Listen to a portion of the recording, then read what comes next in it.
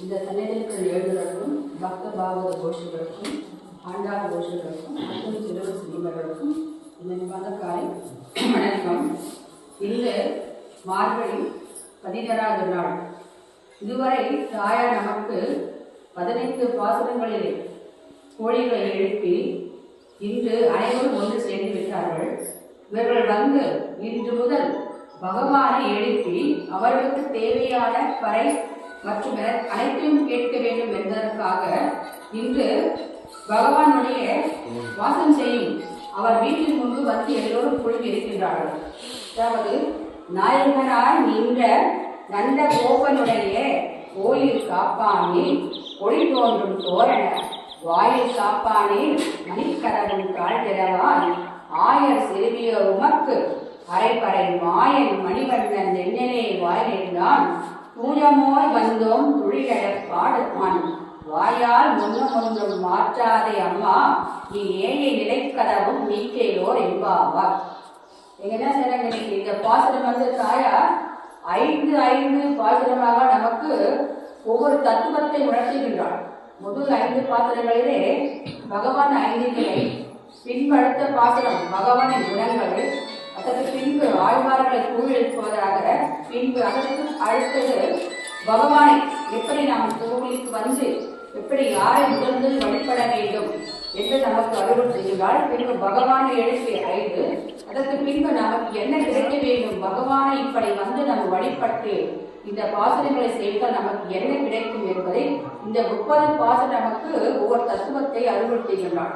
இங்கே நாயகனா நின்ற நந்த கோபனுடைய நாயகன் யார்? நமக்கு பகவான் தான் நாயகன்.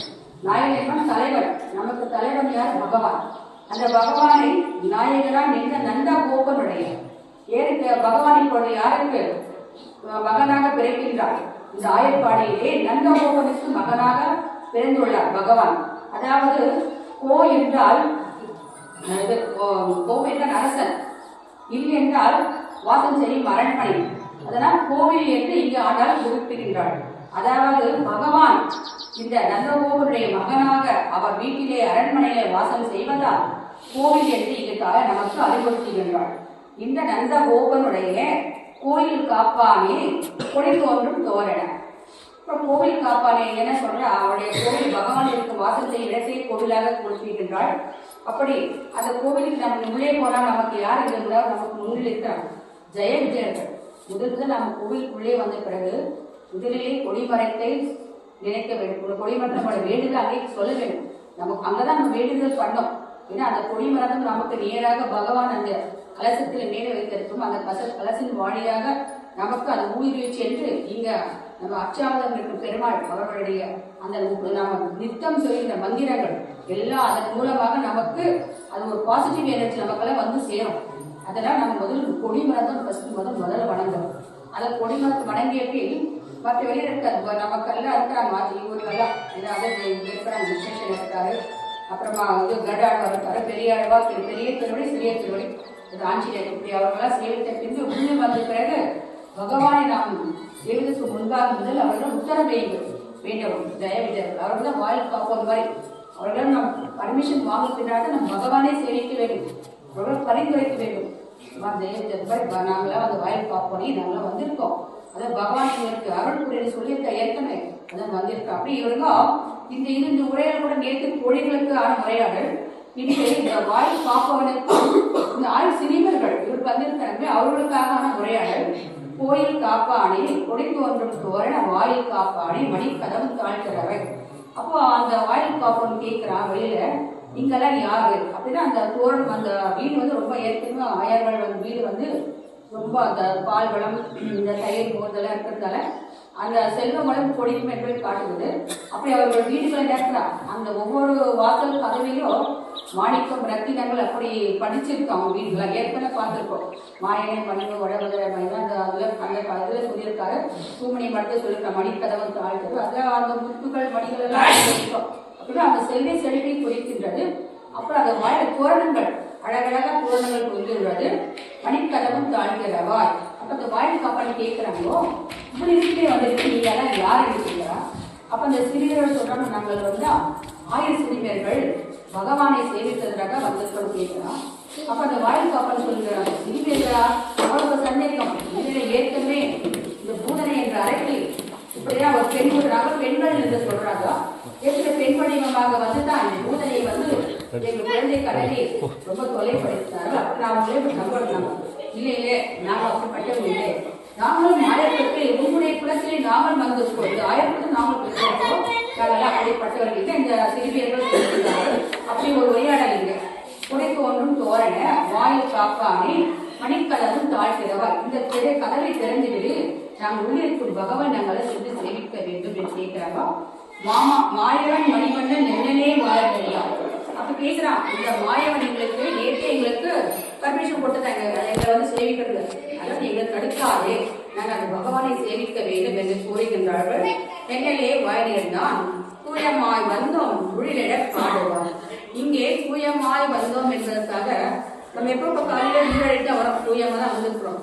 ஆனா இங்க உள்ளார்த்த என்ன சொல்றாங்கன்னா, மனம் மொழி நெய்கள், அதாவது அந்த மனம் வந்து பகவானை பற்றிய பாடல் இருக்குமா, அப்பதான் நமக்கு ஒரு நிலையான வழிபட வேண்டும். மனம் மட்டும் சிந்தித்தால் போதாது, மொழி நம்ம பேசும் வார்த்தைகள், நம்ம சொல்லும் சொற்கள், அது மொழி, அதுவும் ஒரு நல்ல வார்த்தையா நல்லா நமக்கு சொல்லு மற்றவங்க பேசும்போது நல்ல வார்த்தை பேச வேண்டும், பகவான் நாமக்களை சொல்ல வேண்டும். அப்படி மொழி, அப்படி மெய் உடம்பு, நம்ம உடம்பு சுத்தமா இருக்குது. இந்த மாதிரி மனம் மொழி மெய் இந்த மூன்றும் ஒரே நமக்கு நிலையாக இருந்தால்தான் நம் பகவானை சென்று நமக்கு என்ன வேணும் அப்படி அந்த நிலை வரும் நமக்கு. இப்போ மனம் இப்போ பகவான் நம்ம தூயமா வந்துட்டு நீராடிக்கிறோம், ஆனா நம்ம மனசு வந்து எங்கோ போயிருக்கோம். இப்ப நம்ம ஒரு நிலையா இருக்காது, அதுதான் நம்ம ஒரே நிலையா இருக்கிறோம். அந்த மனத்தை ஒருமைப்படுத்தி பகவானை சேவிக்க வேண்டிய தத்துவத்தை இங்கே சொல்லி இருக்கின்றார்கள். இப்ப என்னன்னா, இந்த தூயமாய் வந்தோம் தூயில பாடுவோம். அப்படி இவங்க என்ன சொல்றாங்க, நாங்க வந்து சுத்தமா வந்திருக்கோம், நாங்க வந்து என்னன்னா பகவானே ஒரு குறிக்கோள் வேணும். நம்ம கோயிலுக்கு போனா ஒரு குறிக்கோள், நாங்க பகவானைத்தான் பாட, வேற எதுவும் பாட மாட்டோம். அப்ப என்னன்னாக்கா நாங்க பலனை எதிர்பார்க்கவில்லை என்ற இந்த ஒரு உள் தத்துவத்தை நமக்கு சொல்லுறாங்க. ஏன்னா பகவான் நமக்கு என்ன கொடுத்து அவனுக்கு தெரியும் அவனுக்கு. ஏன்னா அவன் எப்படி கொடுப்பான்னா, நம்முடைய கர்ம வினைகள், அந்த கர்ம வினைகள் தகுந்த மாதிரி நமக்கு பலனை அளிப்பான். அதாவது பகவான் நம்ம கேட்கும் போது எதுவும் கேட்கக்கூடாது, அவனுக்கு தெரியும் யாருக்கு என்னென்ன கொடுக்கும், எப்பப்போ கொடுக்கணும். நம்ம என்ன சொல்றோம், கோபத்துக்கு வந்து என்ன பெரும்பாலும் செய்யணும், எதுவும் கொடுக்கறது நினைச்சு, அப்படி தெரியாது. பகவானுக்கு எந்த நேரத்தில் எப்பொழுது கொடுக்கணும் அவனுக்கு தெரியும். அதனால நம்ம பகவானே அந்த சிறுவர்கள் சொல்றோம், அந்த வாயில் காப்பாற்றுட்டேன் கரெக்டா, நாங்க வந்து சும்மா இருக்கோம் வரல, நம்ம பகவானை சேவிப்பதற்காக தான் வந்திருக்கோம், எந்த நோன்பு எதுக்கும் கேட்கல, நோன்புக்கு எங்களுக்கு தரேன்னு சொல்லியிருக்காரு, அதனாலதான் வந்திருக்கோம். அதுவும் நாங்க வேற எது தவறான வழிகளை வரலன்னு அப்படி சொல்றாங்க. தூயமாய் வந்தோம் துழிலிட பாடுவான், துயிலிட பாடுவான். அந்த நாங்க வந்து சும்மா இல்லை, கண்ணன் துயிலும் அழகை தான் பார்க்க விரும்பி, கண்ணன் குழந்தை ரொம்ப அழகை எப்பவும் குழந்தைங்களா, அப்ப அந்த குழந்தை அழகை வந்து நாங்க அழகை காண்ப விரும்புகின்றோம், இதற்காக வரல, நம்ம கண் வளரும் அழகை நாங்க பார்க்க வேண்டும், அதனால் எங்களுக்கு கொஞ்சம் அருள் புரிய வேண்டும், இந்த கதவை திறந்து விடு என்று கேட்கிறார்கள். வாயால் முன்ன மாற்றாதே அம்மா, நீ நேய நிலை கதவும் நீக்கிறோர் என்பாவாய்.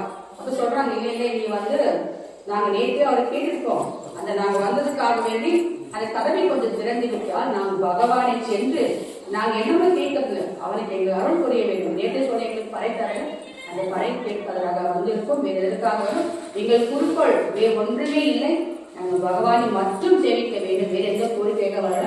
அதான் தயவு செய்து கதை தயவு செய்கிறாமோ இந்த தத்துவத்தை என்ன சொல்ற, இந்த தாயார் என்னன்னாக்கா, இங்கே கண்ணன் வந்து நமக்கு வந்து மந்திரம், கண்ணன் தான் மந்திரம் பகவான்.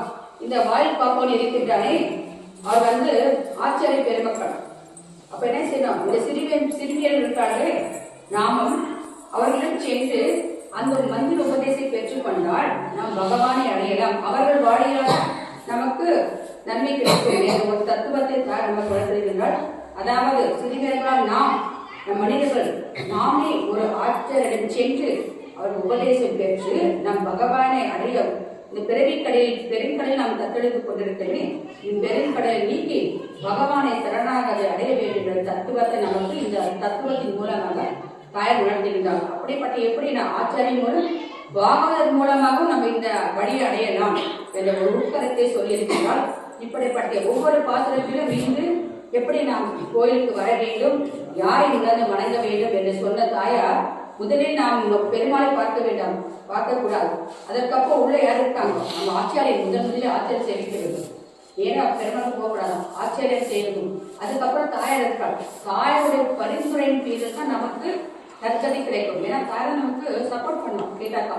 ஏன்னா பெருமாள் பார்ப்பாரு, சரி என்ன பார்க்க எத்தனை நாள் வர பார்க்கலாம் என் கோயிலுக்கு என்ன செய்யறாரு பார்ப்பான். ஆனா தாயார் அப்படி கிடையாது, கருணை உள்ள படைத்தவள். என்ன செய்வா பார்த்துட்டு, ஐயோ நம்மளுடைய பிள்ளைகள் இருக்காங்க, அவங்களுக்கு அருள் புரியறதுக்கு தாயார் மாதிரி சிபாரிசு பண்ணாங்களா. அதனால நம்ம முதலில் தாயாரை வணங்க வேண்டும். தாயாரை வணங்கிய பின் தான் பெருமாளை வணங்க வேண்டும் என்ற ஒரு தத்துவத்தை இதில் நமக்கு உணர்த்துகிறார். எப்படி அடுத்த நாளைய பாத்திரத்து இன்னும் வேற யாரை எழுப்ப வேண்டும், எப்படி நாம் ஒவ்வொரு முன்னேற்ற வேண்டும், பகவான் எப்படி இளநிலை நாம் சேவிக்க வேண்டும் என்ற ஒவ்வொரு கருத்தாக நமக்கு தாயார் 30 பாத்திரத்தை நாம் தினமும் படித்தால் அதனுடைய பொருள் அர்த்தத்தை புரிந்து கொண்டால் நம்ம வாழ்க்கையிலே மேன்மேலும் உயரலாம். அதன் கொண்டு நாம் எல்லாம் நமக்கு நம்ம மற்ற அந்த நற்சொற்கள் நம்ம சொல்லியிருக்காங்க ஒரு கருத்துக்கள், அந்த கருத்துக்கள் நம்ம வழி நடந்தால் நமக்கு நிச்சயம் மோட்சம் உண்டு. இப்படிப்பட்ட அழகிய கருத்து நம்ம தாயார் வளர்த்து நீங்கள் கேட்டமைக்கு பகவான் உங்களுக்கு எல்லாம் உயர்த்த வாழும் உயர்த்த செல்வமாக வாழ எல்லாம் ஸ்ரீ நம்பெருமாளை பிரார்த்திக்கிறேன். ஸ்ரீ ஆண்டாள் திருமணிகளே